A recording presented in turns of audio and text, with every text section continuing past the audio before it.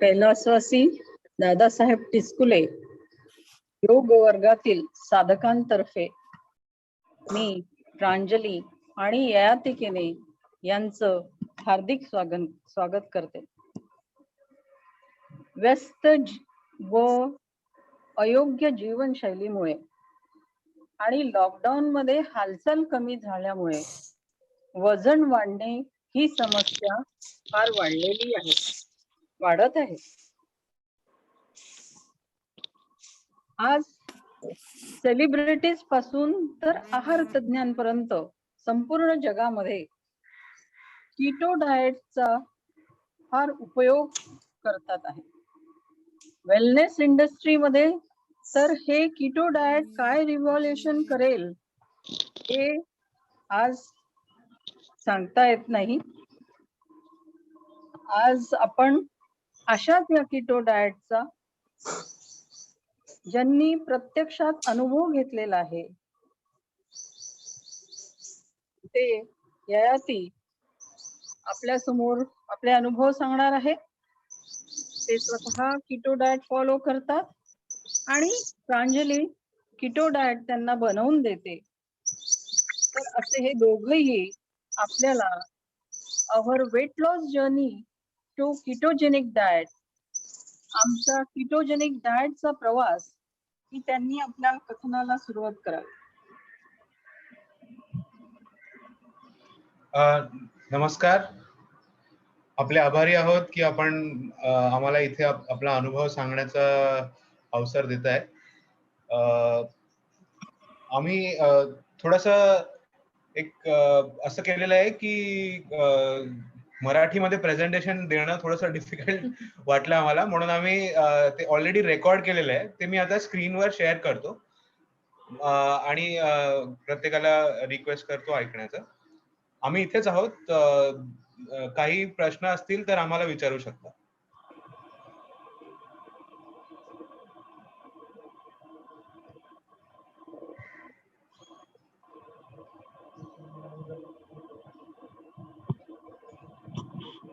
Screen दिसतोय का? हो. आवर कीटोजेनिक लाईफस्टाईल जर्नी किंवा आमच्या कीटोजेनिक लाईफस्टाईल पर्यंतचा प्रवास, हे आज ह्याच्यावरती आज मी बोलणार आहे.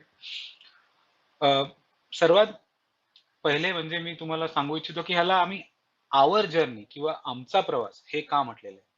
कारण रिझल्ट तसा जर बघायला गेले तर फक्त माझ्यात किंवा ययातीमध्ये आहेत आणि मी एकटाच ऍक्च्युली हा डाएट फॉलो करतोय. पण प्रांजली ला हे त्याचे कॉन्सेप्ट कळणं किंवा त्याच्यामध्ये काय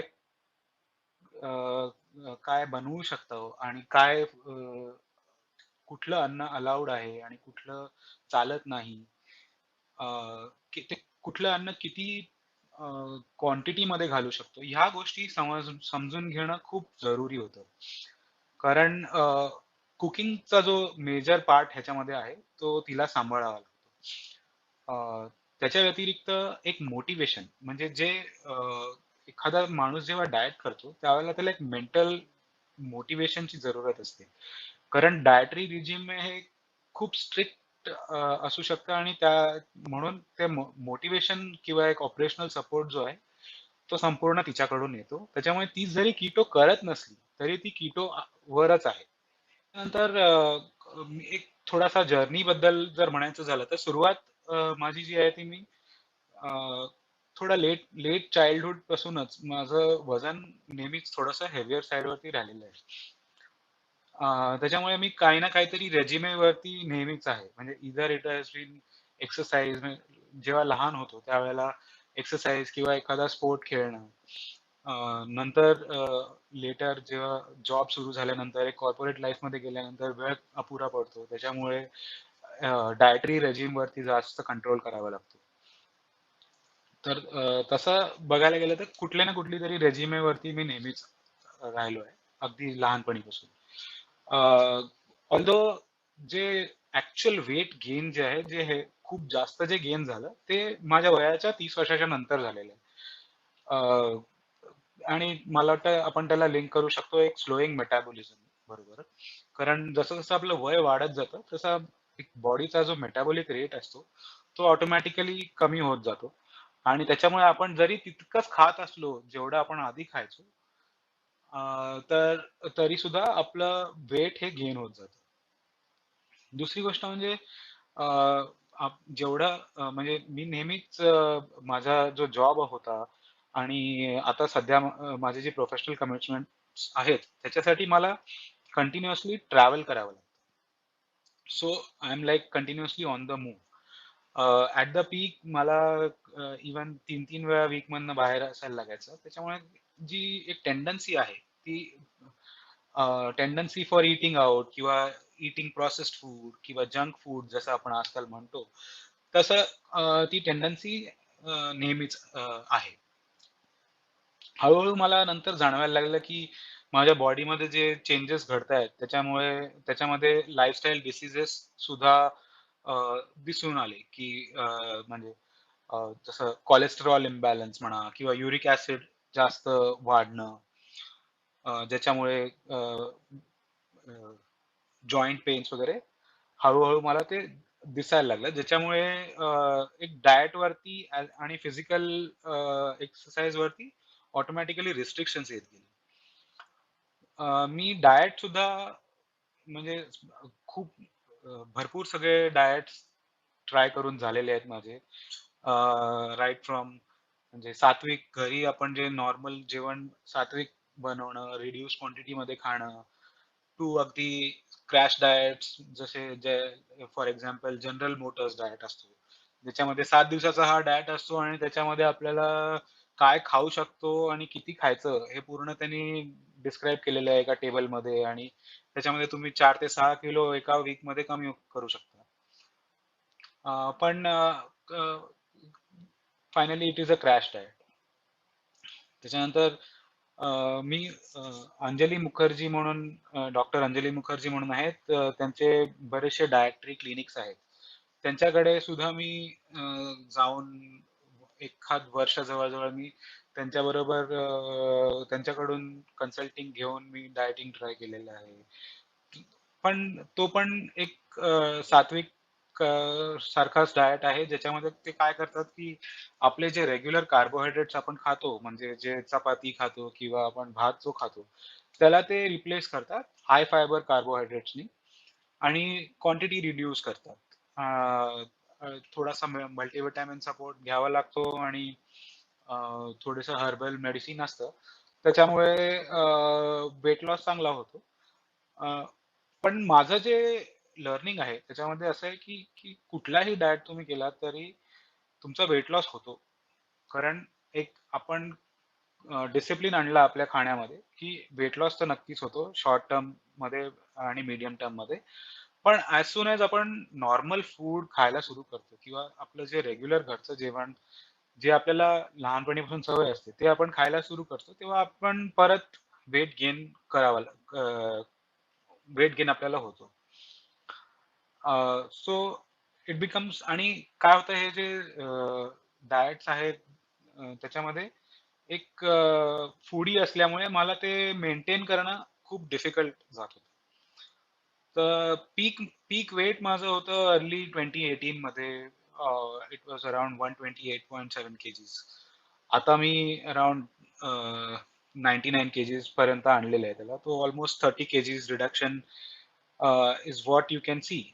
हे काही फोटोज आहेत माझे अ, पूर्वीचे आणि आत्ताचे ज्याच्यात तो एक फिजिकली एक डिफरन्स पण दिसून येतो. आता पुढे जाऊया आपण कीटोजेनिक डाएट. तर हे कीटोजेनिक डाएटची सुरुवात म्हणजे त्यावेळेला म्हणजे 2018 मध्ये जेव्हा पीक वेट वरती मी होतो, त्यावेळेला हा खूप ट्रेंडिंग होता. म्हणजे इंटरनेटवरती वगैरे मी त्याच्याबद्दल माहिती घेतली आणि अ, मला इथे मुंबईमध्ये एक फूड दर्जी म्हणून प्रोव्हायडर आहे. त्यांचा अ, अ, हे कॉन्टॅक्ट डिटेल्स मिळाले आणि मी ॲज अन एक्सपेरिमेंट तो सुरू केला. त्यांनी रिझल्ट सांगितलेला होता, की अराउंड 10% बॉडी वेट आपण एका मंथमध्ये कमी करू शकतो या डाएटनी. आणि जे मला पाहिजे होतं, कारण माझं पीक वेट खूप जास्त झालेलं होतं. त्याच्यामुळे ते करणं मला जरुरी होतं. आणि एक कंप्लीट शिफ्ट एक ईटिंग हॅबिट्समध्ये या डाएटमध्ये करावी लागते. ज्याच्यासाठी पण मी रेडी होतो. आणि फूड दर्जी ते 4 मील्स अ डे आपल्याला पाठवतात. म्हणजे ब्रेकफास्ट, लंच, इव्हनिंग स्नॅक्स आणि डिनर हे ते दिवसातून 2 वेळा आपल्याला ते घरपोच आणून देतात आणि आपल्याला ते त्यांनी दिलेलं आहे तेवढंच खायचं असतं. त्याच्यामुळे ॲज सच ते सिंपल होतं करणं. आपल्याला फक्त ते फॉलो करायचं होतं. त्याच्यात बनवायचं काही नाही आणि त्याच्यामुळे सोपं होतं ते करायला. आता हा कीटोजेनिक डाएट म्हणजे एक्झॅक्टली असतं काय? तर अ, आपल्या कीटोजेनिक डाएटमध्ये एनर्जी फ्रॉम कार्बोहायड्रेट्स जी आहे, ती आपल्याला फक्त 5%च त्याच्यामधनं घ्यायला अलाउड असते. जे विच ट्रान्सलेट्स टू 20 ते 50 gram net carbs per day. आता नेट कार्ब्स म्हणजे काय, की टोटल आपण जेवढे कार्बोहायड्रेट्स खातो, ते मायनस त्या कार्बोहायड्रेटमध्ये बऱ्याचशा कार्बोहायड्रेट्समध्ये फायबर असतो. ते total carbs minus fibre equal to net carbs. तर ते आपल्याला फक्त 5% किंवा 20 ते 50 ग्रॅम अलाउड असतं. प्रोटीन्स मधून आपण 25% एनर्जी घेऊ शकतो बॉडी आपली, आणि फॅट्स मधून आपल्याला 70% एनर्जी बॉडीला पुरवायची असते. तर हे तुम्ही तसं बघायला गेलं तर एक स्टँडर्ड जो डायटरी पिरामिड असतो, की ज्याच्यामध्ये आपल्याला 5% फॅट्स अलाउड असतात, 25% प्रोटीन्स अलाउड असतात आणि 70% एनर्जी आपल्याला कार्बोहायड्रेट्स मधनं घ्यायची असते. त्याला ऍक्च्युली ते इन्व्हर्ट केलेलं आहे त्या पिरामिडला, जो स्टँडर्ड फूड पिरामिड असतो त्याला. पण त्याच्यामुळे होतं काय, की आपल्या फूड चॉईसेस जे आहेत त्या खूप रिस्ट्रिक्टेड होऊन जातात. म्हणजे आपलं जे नॉर्मल स्टेपल डायट फूड असतं, की जे आपले धान्य आहे किंवा फ्रुट्स आहेत, शुगर आहे, पोटॅटोज आहे, कंदमुळं आहे, दूध आहे, ते आपण कम्प्लिटली रेस्ट्रिक्ट करावं लागतं आपल्याला. किंवा कारण त्याचं एक छोटं सर्व्हिंग सुद्धा आपल्या त्या मॅक्रोजला आपल्या डायटरी मॅक्रोज आहेत, जर कीटोमध्ये असू आपण, तर ते ओव्हरशूट करू शकतात. बट होतं काय, की at the same time because it is a fact based diet, आपल्याला इंटरेस्टिंग फूड खाता येतात आणि आपल्याला ते एक मंडेनचं फीलिंग नसतं, जे आपल्याला सात्विक डाएटमध्ये येतं, की आपल्याला अगदी साधं-साधं नुसतं अरसिक फूड खायला लागतंय, तसं आपल्याला फीलिंग येत नाही. दुसरं म्हणजे आता how does the ketogenic diet change your body? तर आपल्या बॉडीची नॅचरल टेंडन्सी काय? आपल्या बॉडीची नॅचरल टेंडन्सी आहे टू युटिलाइज कार्ब्स और कार्बोहायड्रेट्स. जे आपण खात राहतो त्यांना आपली बॉडी कन्वर्ट करते ग्लुकोजमध्ये, आणि ते ग्लुकोज जे आहे ते एनर्जी म्हणून वापरलं जातं. आपण जे एव्हरीडे फॅट खातो ते पोटेन्शियल सोर्स ऑफ एनर्जी आहे, पण त्याला ते साईडला ठेवून डिपॉझिट म्हणून ठेवलं जातं. It is like sinking fund for the body, की आणि जेव्हा बॉडीला कार्बोहायड्रेट्स मिळणं बंद होतं, मला तेव्हा वाटतं ते कोणाचा तरी माईक चालू आहे, त्याच्यामुळे डिस्टर्बन्स येतो. नॅचरली आपल्या बॉडीमधले स्टोर्ड फॅट्स आहेत, त्यांना ते कन्वर्ट करायला लागतं इंटू कीटोन्स, आणि त्या कीटोन्सला as a primary source of energy ती बॉडी वापरू शकते. पण ही म्हणजे ह्या प्रोसेसलाच कीटॉसिस असं म्हणतात, आणि त्या प्रोसेसमध्ये जाण्यासाठी आपल्या बॉडीला 3 दिवस लागतात. ज्याच्यामध्ये आपण कार्ब्स बॉडीचे कट डाऊन करत जातो. पूर्ण बॉडीला कीटोसिस मध्ये किंवा बॉडी मधला प्रत्येक प्रत्येक सेल कीटोसिस अडॉप्टेड किंवा कीटो अडॉप्टेड होण्यासाठी 21 दिवस लागतात. सो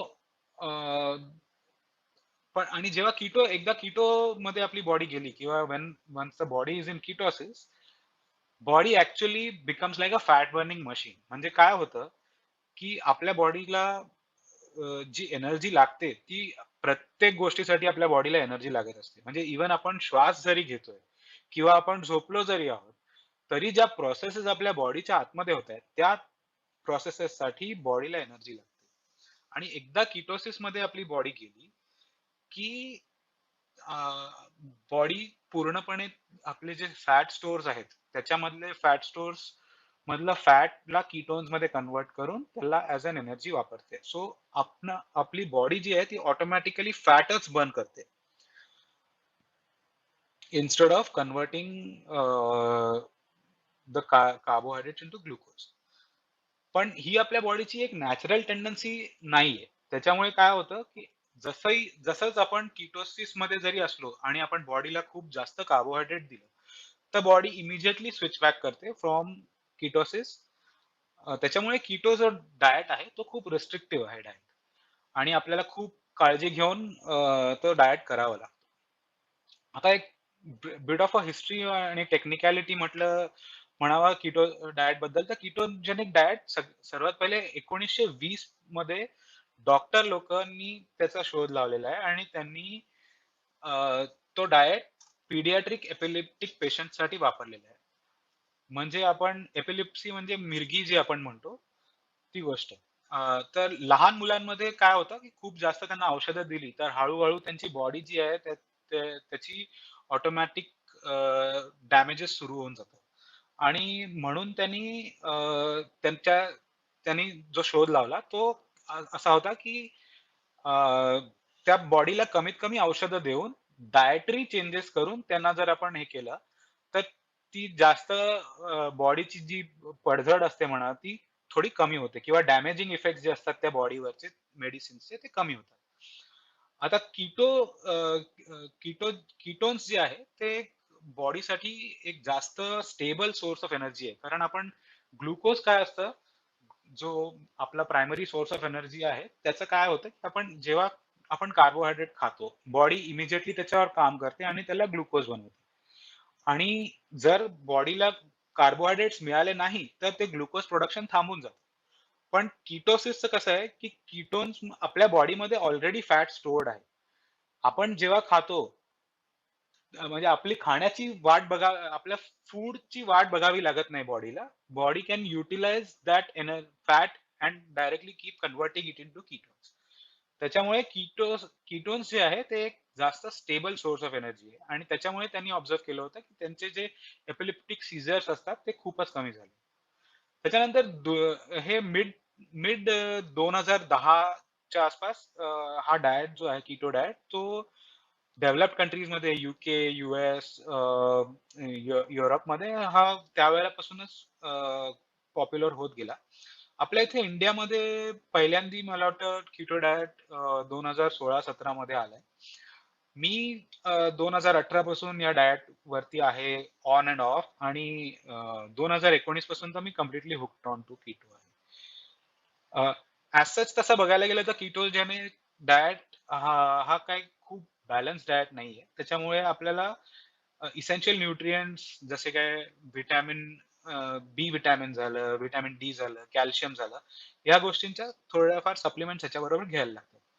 पण all these things are depending की आपल्या बॉडीचं ओरिजिनल कंपोजिशन काय आहे. तर person to person blood measurements आणि त्याच्यावरती या गोष्टीची डिपेंडन्सी आहे.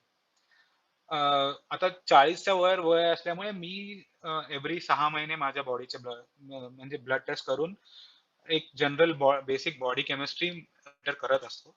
त्याच्यामुळे ते खूप हेल्पफुल झालेलं आहे मला. स्ट्रगल काय असतो कीटो घरी करताना तर आपली पहिली गोष्ट म्हणजे आपली कम्प्लिटली शॉपिंग लिस्ट बदलून जाते. त्याच्यावर प्रांजली नंतर बोलेलच अजून.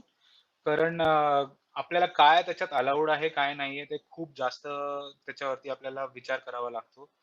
रेसिपीज ज्या आहेत त्या अगदी बरोबर फॉलो कराव्या लागतात. थोडेही पोर्शन साइजेस थोडेही प्रपोर्शन्स चेंज करून चालत नाही.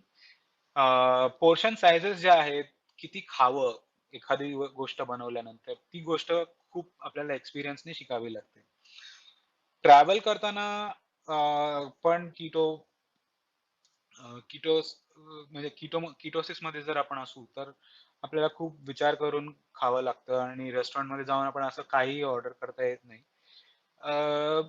आणि एस्पेशली मी हे पाहिलेलं आहे की आपण जेव्हा स्मॉल टाउन्स मध्ये वगैरे जातो त्यावेळेला तिथे एखादी कीटो कंप्लायंट गोष्ट मिळणं बऱ्याच वेळेला डिफिकल्ट होतं. बाकी ह्याच्यावरती अजून डिटेल मध्ये प्रांजली बोलेल. त्याच्यानंतर गेटिंग कम्फर्टेबल विथ कीटो म्हणजे आता काय आहे की आपण किती दिवस आपण बाहेरच नुसतं आणून जेवणार. फायनली आपल्याला थोडीशी त्या बाबतीत अंडरस्टँडिंग गोळा करून आपण स्वतः घरी ते बनवावं लागतं आणि कारण आपल्याला काय होतं की आपण बोर होऊन जातो. आपण खाणं तेच जेवू नाही शकत. नॉर्मल नॉर्मल फूड खाण्याची आपल्याला क्रेव्हिंग्स व्हायला लागतात. त्याच्यामुळे या वरती आपल्याला खूप एक्सपेरिमेंटेशन करावं लागतं. की आपण काय खाऊ शकतो, काय नाही खाऊ शकत. अ, आणि हे म्हणजे एक डेली बेसिसवरती आता आम्ही आमच्या लाईफस्टाईलमध्ये तर हे इन्क्लुडेडच आहे, की आम्हाला करावंच लागतं. करतोच आम्ही या गोष्टी. आणखीन एक रिअलायझेशन मला असं झालं, कारण आता मी ऑन एंड ऑफ असतो कीटोमध्ये. तर इंडियन डाएट जे आहेत, म्हणजे आपण कुठलाही इंडियन डाएट घ्या. अ, कुठल्याही रिजनचा घ्या तुम्ही. नॉर्थ इंडियामध्ये जा किंवा कुठे साऊथमध्ये जा, बंगालमध्ये जा किंवा आपल्या इथे कुठेही. तर आपण मॅक्सिमम काय खातो त्या डाएटमध्ये? तर रोटी किंवा पराठा किंवा चपाती किंवा भाकरी, इडली, डोसा किंवा राईस. म्हणजे हेच आयटम असतात जे आपण कंटिन्युअसली खात राहतो. आणि आता आता असं झालेलं आहे, म्हणजे माझं ऑब्झर्वेशन आहे असं, की आपण ह्या गोष्टींबरोबर जे आपण भाजी असते किंवा सॅलड असतं किंवा डाळ किंवा सांबर किंवा एखादा नॉन-व्हेज पदार्थ असेल, तो आपण त्याच्यामध्ये खात नाही. आपण मॅक्सिमम काय खातो, तर आपण राईस खातो किंवा आपण रोटी जास्त खातो. तर त्याच्यामुळे होतं काय, की आता मी जेव्हा नॉर्मल डायटवरती येतो, तेव्हा मला असं फिलिंग येतं, की मी नुसतंच कार्बोहायड्रेट्स खातोय की काय. आणि त्याच्यामुळे मला 1 ते 2 दिवसामध्येच नॉर्मल डायटवरती आल्यानंतर असं एक ब्लोटिंग म्हणा किंवा एक बर्निंग सेन्सेशन, गॅसेस होणं ते थोडं सुरू होतं. कारण त्याच्यामुळे अ, त्याच्यामुळे म्हणजे हे जे साइड इफेक्ट्स आहेत ते मला दिसून येतात आणि ते these are more like my realization की than a study as such की इंडियन डाएट्स जे आहेत ते खूपच जास्त कार्ब लोडेड आहेत. Next is keto breaks. आता ब्रेक्स म्हणजे काय? आता मी जेव्हा ब्रेक घेतो तर it is either a because I am travelling किंवा एक फेस्टिव्हल कुठला एखादा सण असेल, तर त्यावेळेला ब्रेक घ्यावा असा वाटतो. कारण बाकीचे लोकही खात असतात. सगळं फेस्टिव्ह असतं, तेव्हा मग आपल्याला खावंसं वाटतं. मग त्यावेळेला मी ब्रेक घेतो. आणि त्याच्यामुळे आणि त्याच्यामुळे आता मला असं कधी-कधी वाटतं, की मी कसं एवढं खात असेन त्यावेळेला.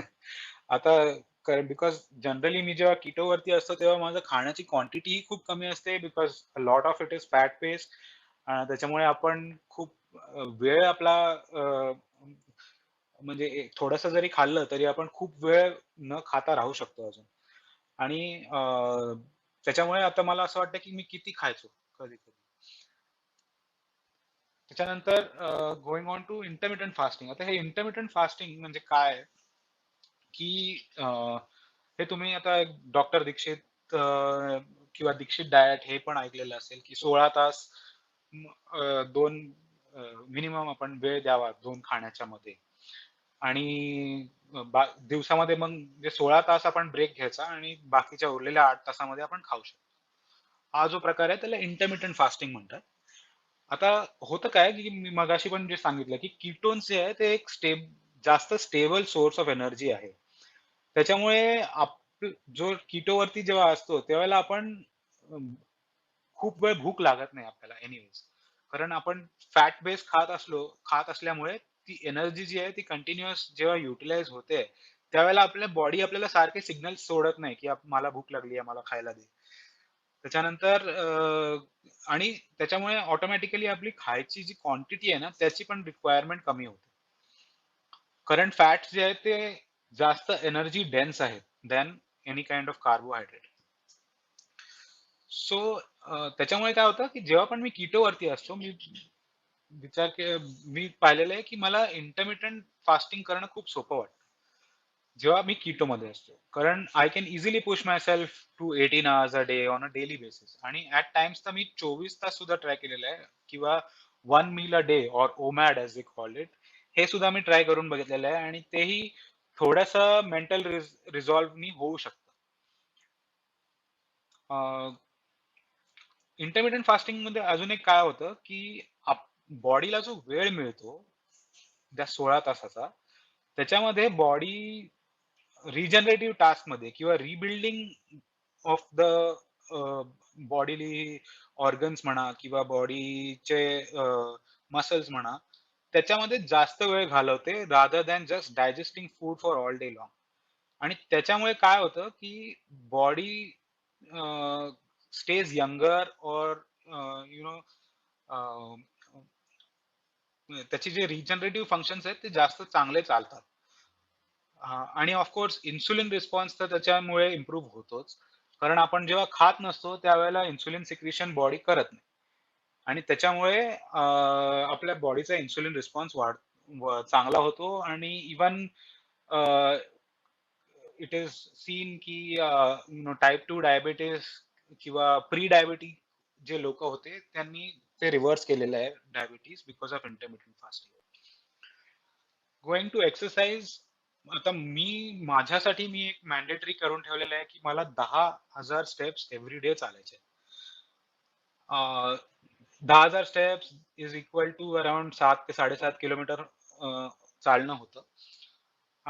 एखाद्याने जर जास्त इंटेन्स वर्कआउट केला तर त्याच्यामुळे म्हणजे हाय इंटेन्सिटी इंटरव्हल ट्रेनिंग किंवा HIIT ज्याला म्हणतात, ते करून त्याचं वजन जास्त चांगल्या प्रकारे कमी होऊ शकतं आणि कमी वेळ एक्सरसाइज करून तेवढ्याच जास्त कॅलरीज तो बर्न करू शकतो.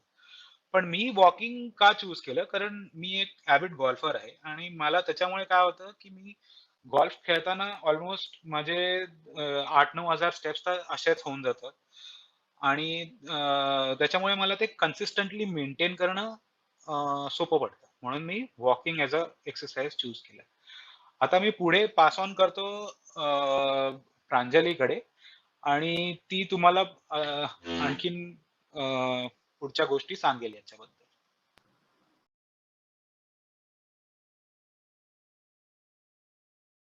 नमस्कार. यतीच्या आवडी-निवडी समजून घेणे, जेवण बनवताना, त्याचे स्वीट क्रेव्हिंग्स, त्याचं बेसिकली त्याचं माइंड हे खूप स्ट्राँग असल्यामुळे मला थोडं सोपं गेलं. डाएटला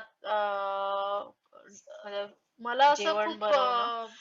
स्ट्रगल नाही करायला लागलं बिकॉज आणि त्याच्या आवडी-निवडी मला रेग्युलरमध्ये माहिती असल्यामुळे मी त्या कीटोमध्ये कशा इन्कॉर्पोरेट करायचा ह्याचा थोडासा विचार केला. आणि आता इंडियन मार्केटमध्ये कीटोचं असं खूपसं अवेलेबिलिटी नाही आहे. As compared to US, UK कंट्रीजच्या comparatively.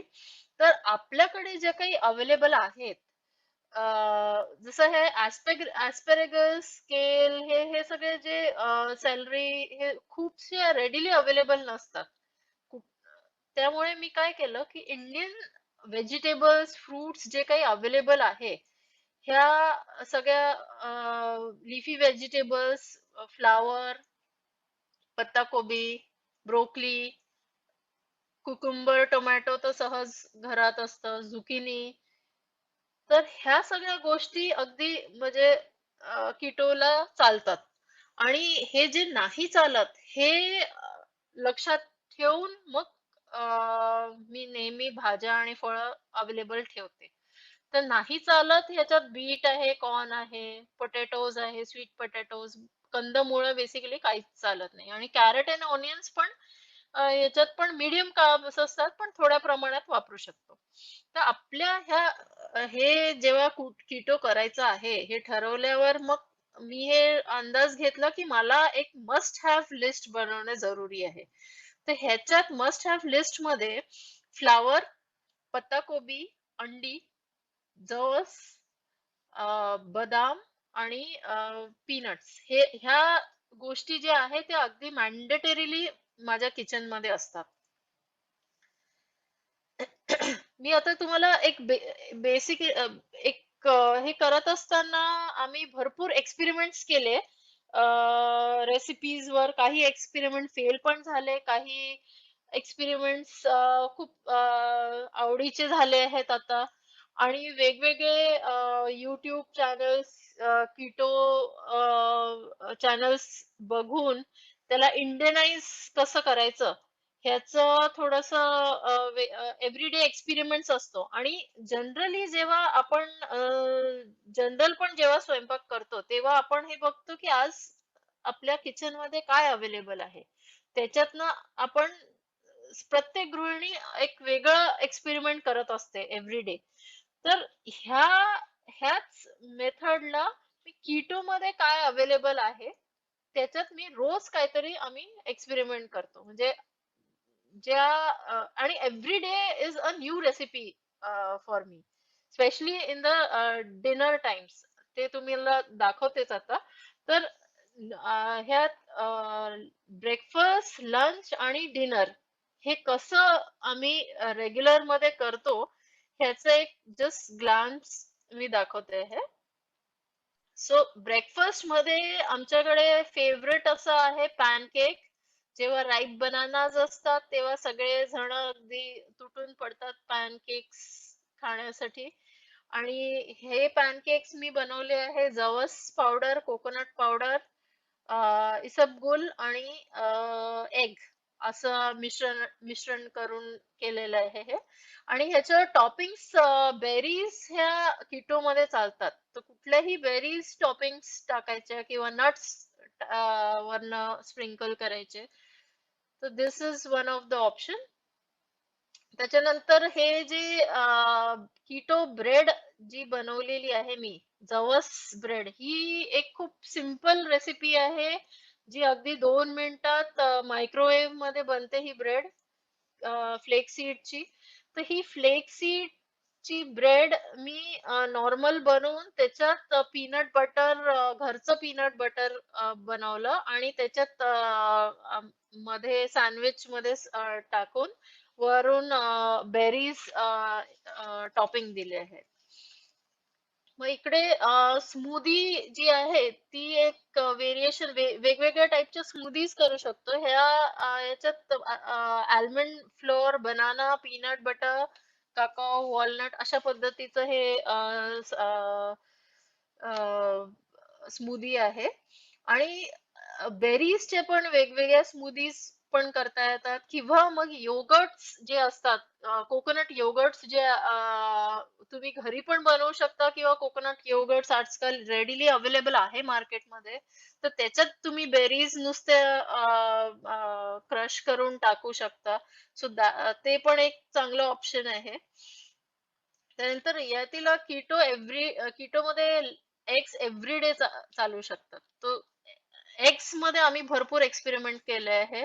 Like hey baked avocado with eggs जे आहेत हे एक चांगला एक्सपेरिमेंट आहे आणि खूप टेस्टी लागतं. त्याच्यानंतर सनी साइड ते एक बेसिक गोष्ट आहे. याच्यात फक्त मी जवसाची ब्रेड बनवली आहे आणि थोडे मायक्रो ग्रीन्स आणि बेकन सोबत दिले आहेत. त्यानंतर हे regular sunny side with mushrooms चालतात कीटो मध्ये. तर पेपर, मशरूम, चीज असं ग्रेट करून दिलेलं आहे. त्यानंतर हे रेग्युलर जवसाच्या ब्रेड मध्ये अंडं, चीज स्लाइस असं आहे. पण जवसाचं दुसरं ऑप्शन एक आहे की आल्मंड ब्रेड पण बनवू शकतो इन्स्टेड ऑफ जवसाची ब्रेड. तर हे एक्सपेरिमेंटल आल्मंड आल्मंड ब्रेड बनवली आहे.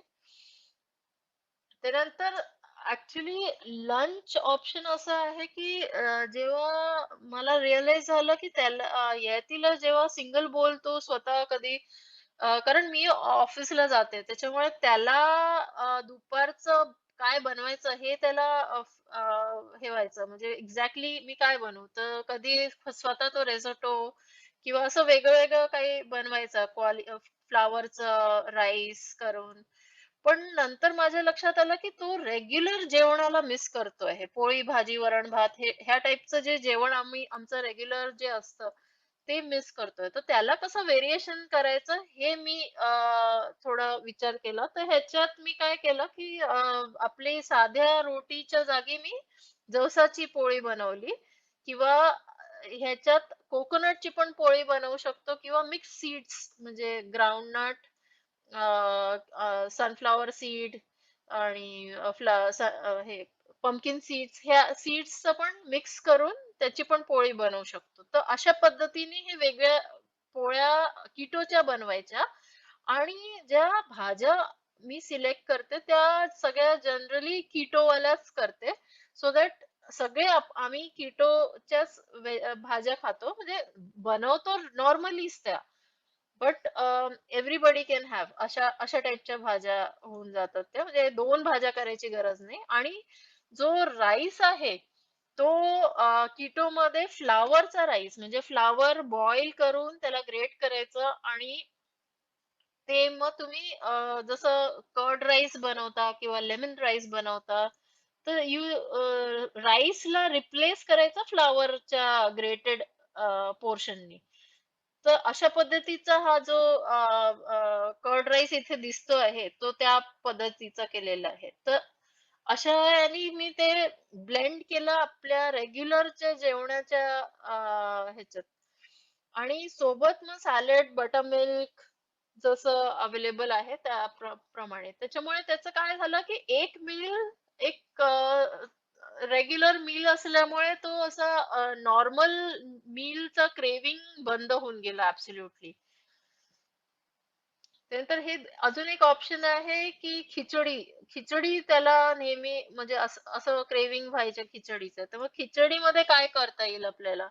तर चिया आणि स्पिनचची ही खिचडी आहे विथ योगर्ट आणि हे जे पापड आहे, हे चीज पापड केले आहेत. चीज पापड एक वेगळं एक चांगला आयटम आहे, ज्याच्यात तुम्ही चीज स्लाइस जस्ट मायक्रोवेव्हमध्ये 1 ते 1.5 मिनिटं ठेवली म्हणजे कडक होऊ द्यायची त्याला आणि वरून मग जस्ट मसाला स्प्रिंकल करायचा तर एकदम खूप सुंदर पापड होतो. आणि सगळ्यांना आवडतो आमच्या इथे. हे बनलं की म्हणजे एक्स्ट्राच बनायला लागतं. तर यू कॅन ट्राय दिस. त्यानंतर स्नॅकिंग ऑप्शन जेव्हा चहाची वेळ होते त्यावेळेला मला नेहमी म्हणजे त्याला भूक लागायची.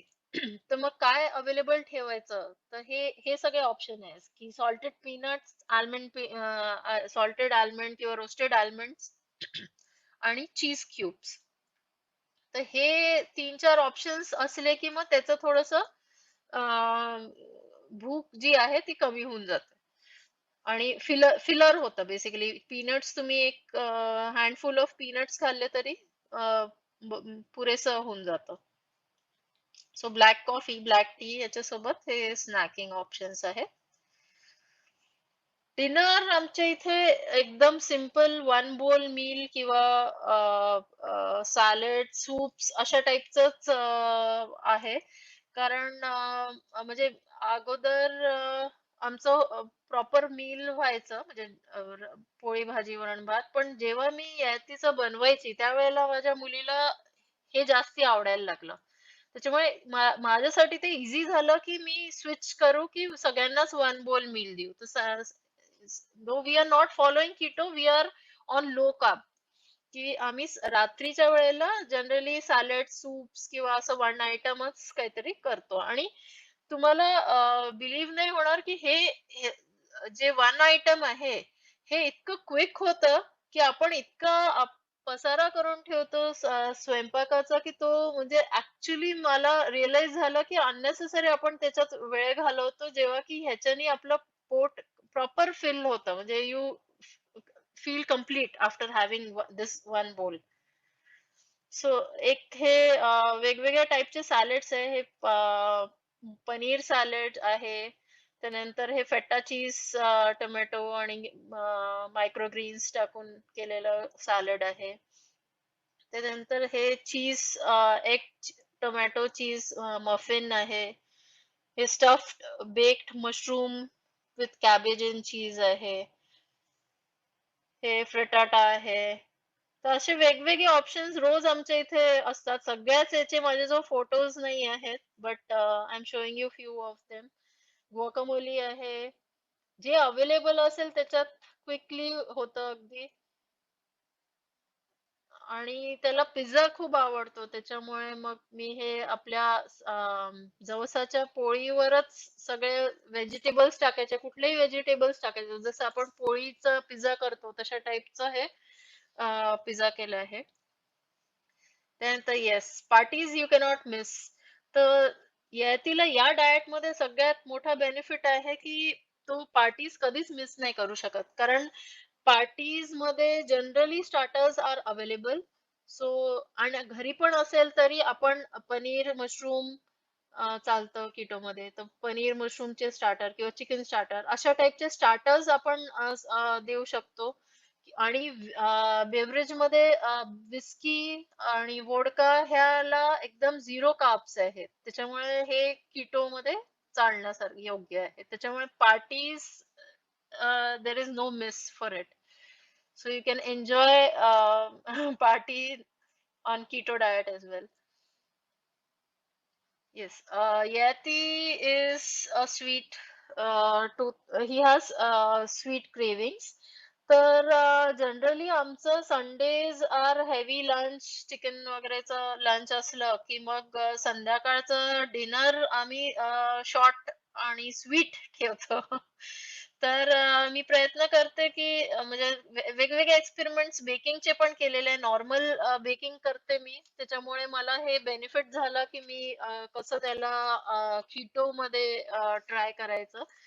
तर मी आपल्या नॉर्मल फ्लोअरला रिप्लेस करून आल्मंड वापरलं आहे आणि शुगरला रिप्लेस करून एरिथ्रोल किंवा स्टिविया असं व्हेरिएशन करते मी. तर ह्याच्यात आल्मंड लेमन केक आहे हा आणि हा दुसरा आहे आल्मंड ककाओ वॉलनट मग केक. तर असे आमचे स्वीट क्रेव्हिंग्स फुलफिल होतात. एक मिनिट आता ती पुढचा टेकअवेज तुम्हाला सांगते.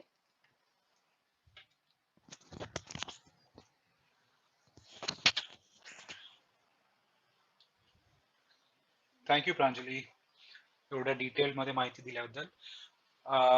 दिस इज द फायनल स्लाइड. म्हणजे वेट लॉस फॅक्ट्स किंवा की टेकअवेज या प्रेझेंटेशन मधनं काय आहे. तर mind plays a very important role in any kind of weight loss. तो या पाय चार्ट कडे जर आपण बघितलं तर माइंडसेट जो आहे प्रत्येकाचा, that is about 50% of weight loss. Eating is about 40% and exercise is only 10%. तर मी हे असं डिव्हिजन का आहे, तर पहिली गोष्ट म्हणजे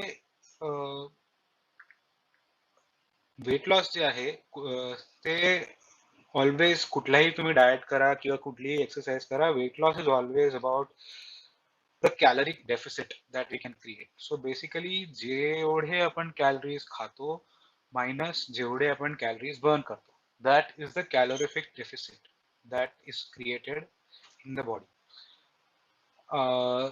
1 किलो आपल्याला कमी करायचं असेल तर आपल्याला कमीत कमी 2500 कॅलरीजचा डेफिसिट क्रिएट करावा लागतो. आणि हे कॅलरिफिक डेफिसिट क्रिएट करणं is relatively easier by doing a dietary restriction rather than by exercise. कारण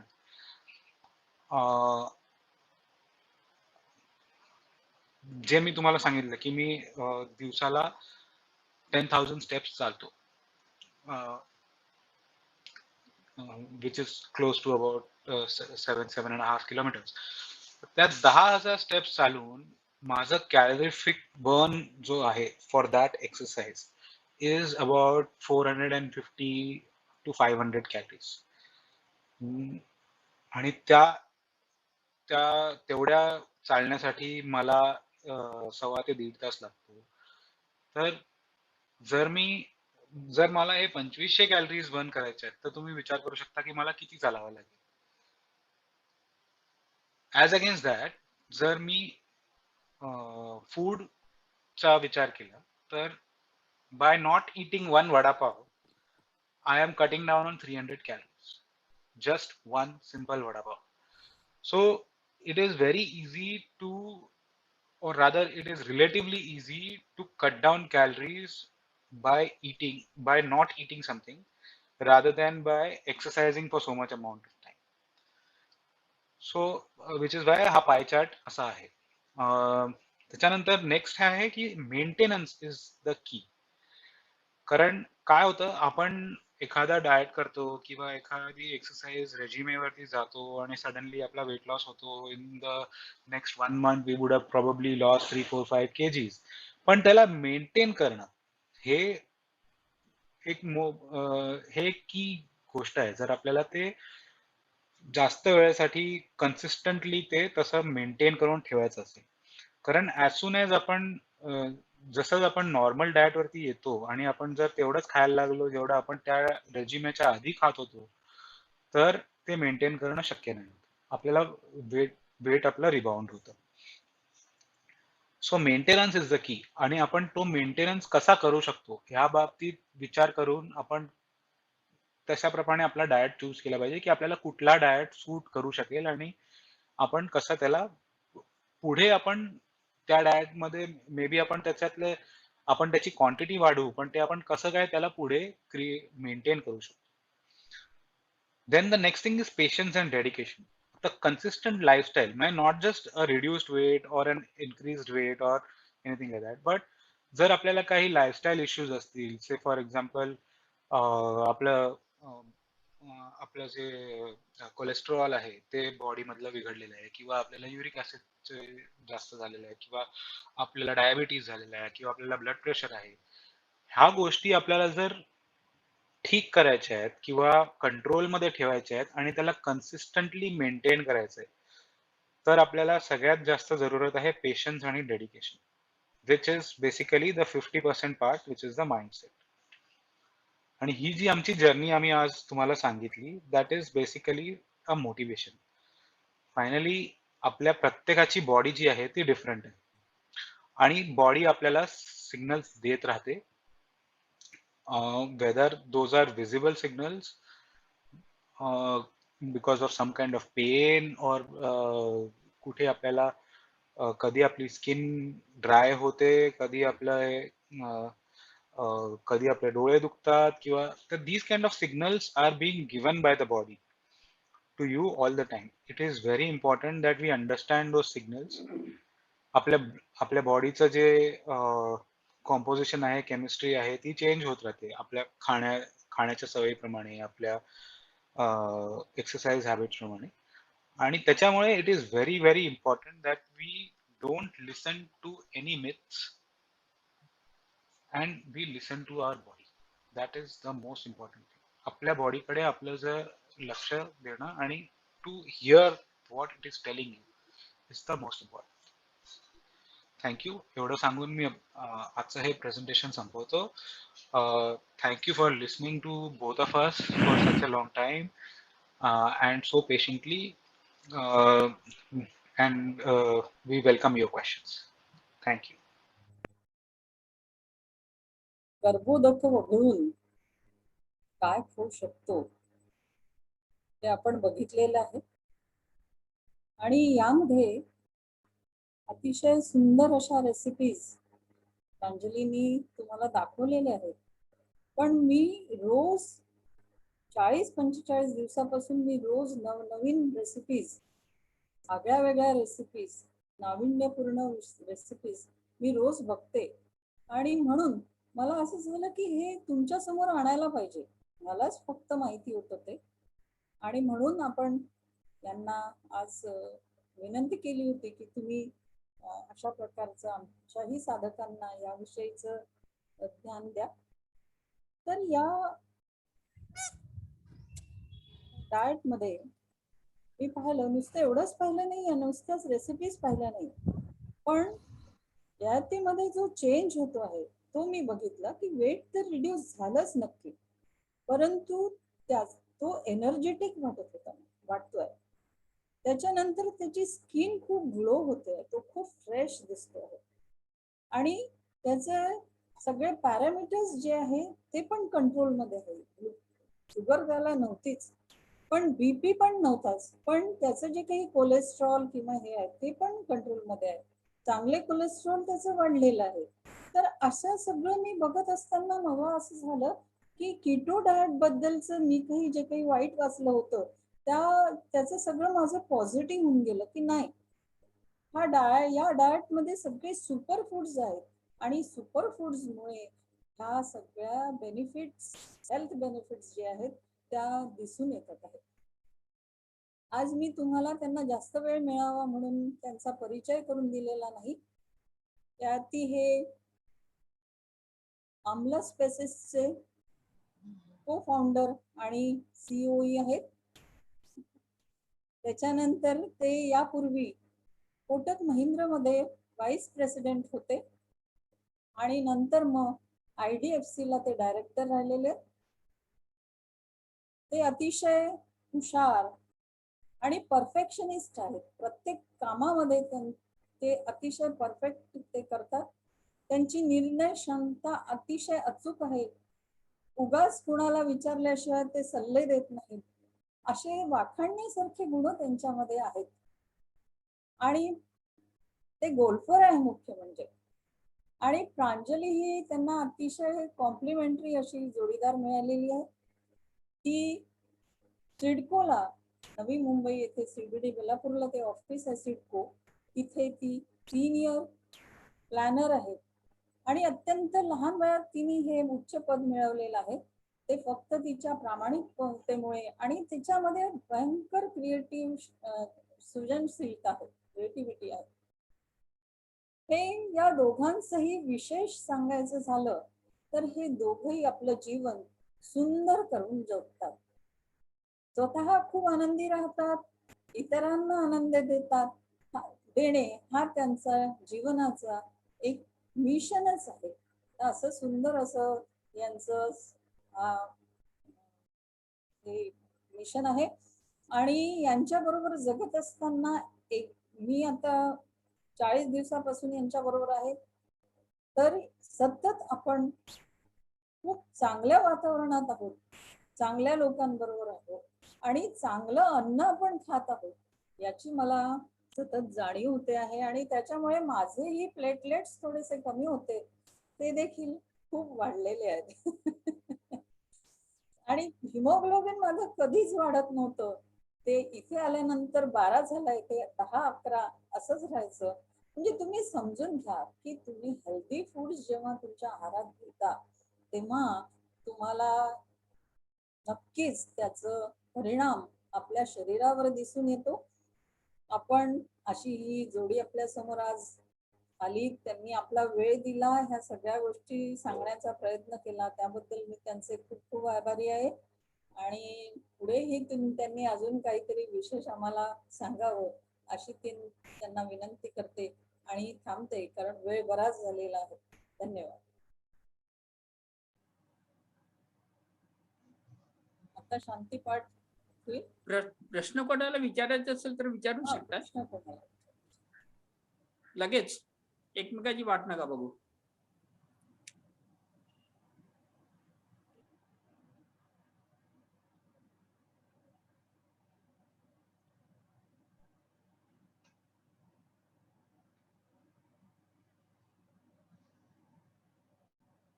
आपण आता जरी विचारू शकला नाही तरी तुम्हाला कधी पण काही अडचण आली तर आपण विचारू शकता.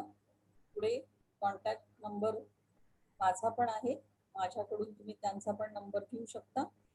कारण ह्या डाएटचं आता आपल्याला काम पडणार आहे. आपण लॉकडाऊन मध्ये कमी हालचालीमध्ये घरात बसलो आहे. आपण शांतीपाठ घेऊया. हो साहेब, आपण घेता.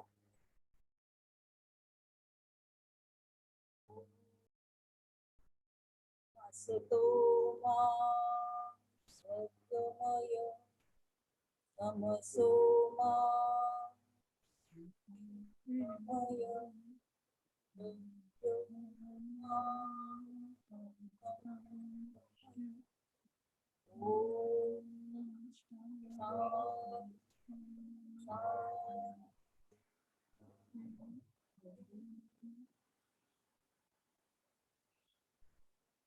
या ठिकाणी आता सभा संपते.